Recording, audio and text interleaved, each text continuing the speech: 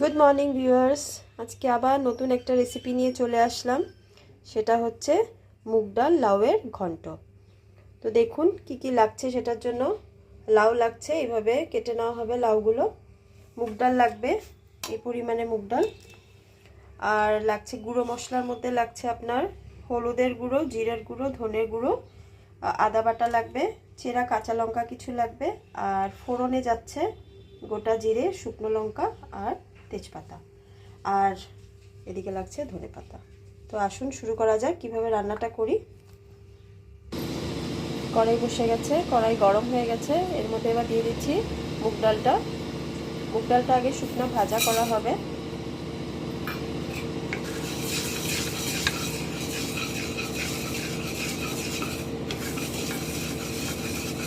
ভেজে নিচ্ছি। এই দেখুন মুগ ডালগুলো ভাজা হয়ে গেছে। এইভাবে লাল লাল করে ভেজে এবার এটা মুগ ডালটা ধুয়ে নেওয়া হবে। এই দেখুন মুগ ডালটা ধুয়ে রাখা হয়েছে ভালো মতন। এবার আবার কড়াইটা চাপিয়ে দিলাম। এবার এর মধ্যে দিয়ে দেব সরষের তেল। এদিকে মশলার জলটা গুলিয়ে নিচ্ছি। বাটিতে মশলাগুলো চলে গেল।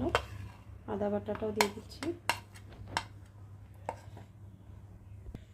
মশলা মেশানো জলটা রেডি হয়ে গেল। এবার তেলে দিয়ে দেব ফোড়ন, শুকনো লঙ্কা, গোটা জিরে আর তেজপাতা, এগুলো দিয়ে দেওয়া হলো। একটু ভাজা ভাজা হবে।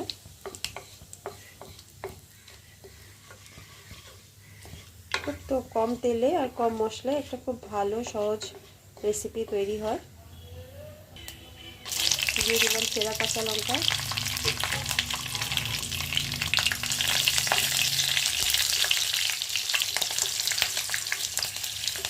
আর মশলা গোলানো জলটা দিয়ে দিলাম। এবার মশলাটা একটু কষানো হবে। এবার মুগ ডালটা দিয়ে দেবো। তো দেখুন মোটামুটি মশলাটা কষানো হয়ে গেছে। মুগ ডালটা আগে শুকনো ভেজে তারপরে মুগ ডালটা ধোবেন।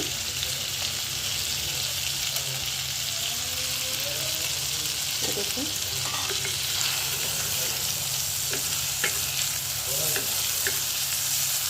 লাউ আর মুগ ডাল আগে সিদ্ধ করে তারপরেও সোমবার দেওয়া যায়, কিন্তু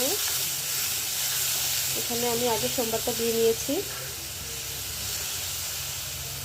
পরিমাণ মতো অল্প জল দিয়ে দিচ্ছি। মুগ ডালটা একটু সেদ্ধ হবে। এবার ঢাকা দিয়ে দেবো। দেখুন জলটা শুকিয়ে এসছে আস্তে আস্তে।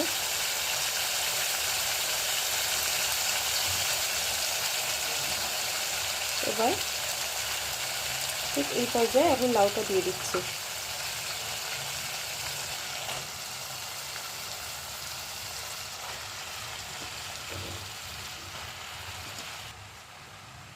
আন্দাজ মতো নুন যাবে এখানটা। এবার মশলাগুলো তো সব দেওয়া হয়েই গেছে, শুধু নুনটাই যাবে।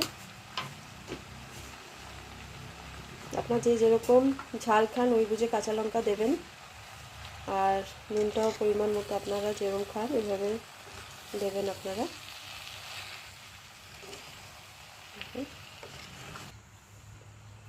ঠিক এইভাবে নাড়িয়ে চাড়িয়ে এবার 5 মিনিটের জন্য ঢাকা দিয়ে দিচ্ছি। দেখুন 5 মিনিট পরে লাউটা কিরকম জল ছেড়েছে। এখন এই জলে সেদ্ধ হবে লাউগুলো। এখন আরও কিছুক্ষণ ঢেকে দিব। ঢাকনাটা খুলেই দেখুন এখনো জলটা শুকায়নি। লাউটা আর একটু মজবে, লাউটা আর একটু মজা হয়নি। এভাবে 2-3 মিনিট করে ঢেকে ঢেকে রান্নাটা করতে হবে। চিনিটা দিয়ে দিলাম।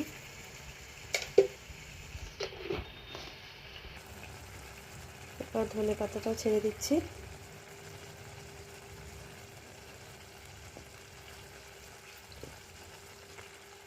খুব টেস্ট হয় রান্নাটা। রেসিপিটা একদম কম তেলে দেখেছেনই, খুব কম তেলের মধ্যে। মশলাও একদমই কম পরিমাণে পড়েছে। নিরামিষ আইটেম একটা।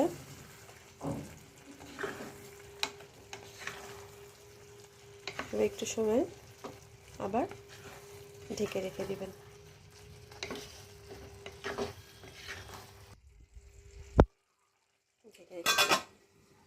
এবার আর একটু 2-3 মিনিট ফুটুক, তারপরে দেখাচ্ছি। দেখুন রান্নাটা হয়ে এসছে, ঠিক এই পর্যায়ে এখন আমি গ্যাসটা অফ করে দিচ্ছি। শুন, এবার আমি ফাইনাল লুকটা দেখাচ্ছি আপনাকে। এই দেখুন ফাইনাল লুক, লাউ মুগ ডালের ঘন্ট। ঠিক এইভাবে যেভাবে বানিয়েছি এভাবে বানিয়ে দেখবেন, আশা করি আপনাদের ভালো লাগবে। আর যদি ভালো লাগে কমেন্ট করবেন, লাইক শেয়ার সাবস্ক্রাইব করবেন, পাশে থাকবেন, ভালো থাকবেন।